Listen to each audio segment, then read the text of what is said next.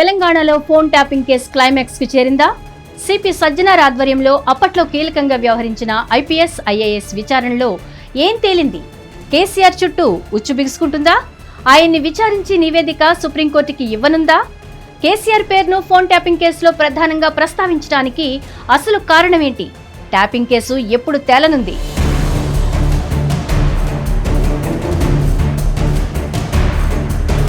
తెలంగాణలో phone tapping case చివరి అంకానికి చేరింది. ఈ కేసు నిమిత్తం డీజీపీ సిపి సజ్జనార్ ఆధ్వర్యంలో 9 మంది సభ్యులతో సిట్ ఏర్పాటు చేశారు. ఇప్పటి వరకు దర్యాప్తు చేసిన అంశాల వైపు వెళ్లకుండా మిగతా వాటిపై దృష్టి పెట్టారు అధికారులు. ఈ క్రమంలో మాజీ ఐఏఎస్, ఐపీఎస్, ప్రస్తుతం వివిధ పదవుల్లో ఉన్న అధికారులను సిట్ విచారించింది. ఇప్పుడు అధికారుల వైపు దర్యాప్తు పూర్తి కావడంతో ఇక రాజకీయ నేతల వంతైంది. అందులో భాగంగానే రాజకీయ నేతలపై సిట్ ఫోకస్ చేసిందట. ఈ నేపథ్యంలో పలువురు రాజకీయ నేతలకు నోటీసులు ఇవ్వాలని భావిస్తోంది. అప్పటి ప్రభుత్వంలో కీలకంగా వ్యవహరించిన 3 నేతలున్నట్లు తెలుస్తోంది.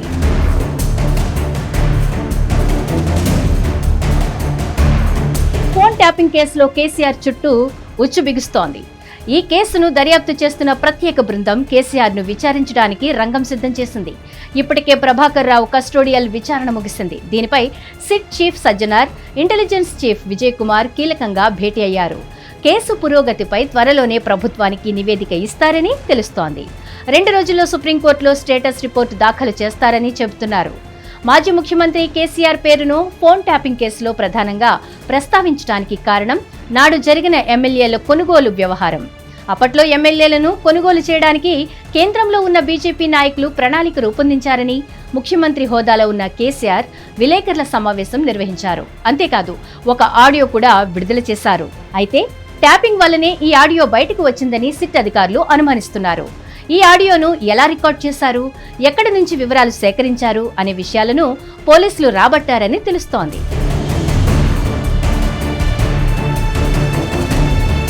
ఫోన్ ట్యాపింగ్ కేసులో ప్రధాన నిందితులైన ప్రభాకర్ రావు, రాధాకిషన్ రావు సహా ఇతరులిచ్చిన స్టేట్మెంట్ల ప్రకారం కేసీఆర్ ను సిట్ విచారించనున్నారని అంటున్నారు.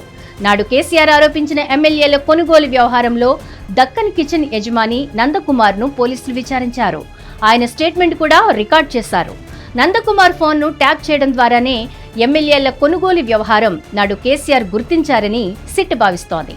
అప్పట్లో ముఖ్యమంత్రి హోదాలో కేసీఆర్ నిర్వహించిన విలేకరుల సమావేశం, మీడియాలో ప్రసారమైన ఆడియో, వీడియో రికార్డులను కూడా ఇప్పటికే సేకరించింది.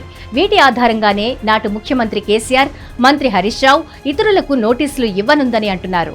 నాడు బీజేపీ నేతలను అడ్డంగా ఇరికించడానికి కేసీఆర్ ఆడియో టేపులను బయటపెట్టారు. అవే ఇప్పుడు ఆయనకు చిక్కులు తెచ్చాయని పొలిటికల్ సర్కిల్స్ లో చర్చ నడుస్తోంది.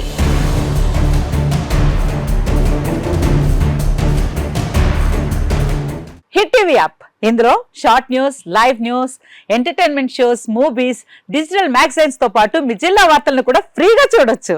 ఇంకెందుకు ఆలస్యం, వెంటనే హిట్ టీవీ యాప్ ని డౌన్లోడ్ చేసుకుని ఫ్రీగా ఎంటర్టైన్మెంట్ పొందండి. Hit TV app. Hit TV app.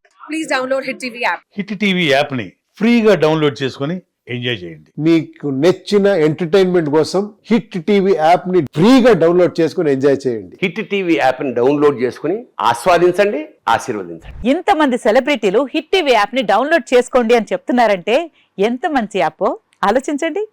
America America America అమెరికాలో చదవాలనుకునే వాళ్ళకి విశ్వసనీయమైన పేరు మన శౌర్య కన్సల్టెన్సీ. UK లో 1 year masters, UK లో 1 year masters, 2 years work permit up to 5 years visa. Contact Saurya Consultancy. Contact 89851 89851.